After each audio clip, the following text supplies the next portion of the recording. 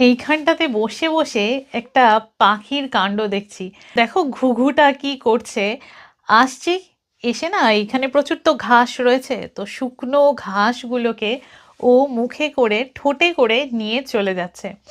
যে সে যে ঘাস বা শুকনো যেইগুলো রয়েছে সেগুলো কিন্তু নিচ্ছে না, বেছে বেছে ওর যেটা প্রয়োজন সেটাকেই নিয়ে যাচ্ছে, নিয়ে গিয়ে ওই যে গাছের উপরে সেখানে রাখছে, ওখানেই বাসা বাঁধছে মনে হয়। আমার এখানে তো প্রায়শই ঘুঘু আসে সকাল বিকেল, মানে সারা দিন বা ছুটির দিনে তুমি যখনই বাড়িতে থাকবে দেখবে যে ঘুঘু আসছে, উড়ে বেড়াচ্ছে, তো বেশ লাগে দেখতে। এই দেখো না, এই ফেন্সটার উপরে দিব্যি বসে আছে, কি সুন্দর দেখতে তাই না? তো এখানে অস্ট্রেলিয়াতে এদেরকে বলা হয় স্পটেড ডাভ, যেটা কিনা বাংলায় বলা হয় তিলা ঘুঘু।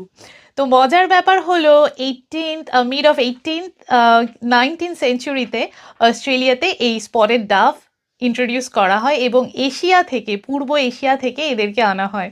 ভারী চমৎকার দেখতে। এদের গাটা ধূসর রঙের এবং দেখো এই নেকের কাছটা, ঘাড়ের কাছটা এবং ডানায় প্রচুর ওই তিলা মানে স্পট রয়েছে, তো সেই স্পটগুলো থাকার জন্যই এদের এরকম নাম।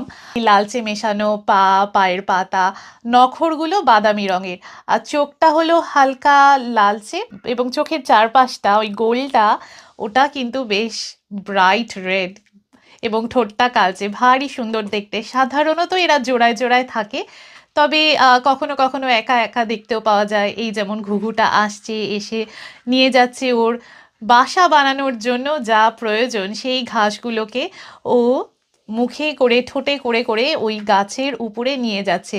আর দেখো মানে এরা তো সাধারণত যেগুলো ঝোপঝাড় বা সেরকম শার্প টাইপের যে গাছের গাছগুলো থাকে, ঝোপঝাড়ে এরা সাধারণত বাসা বানায়।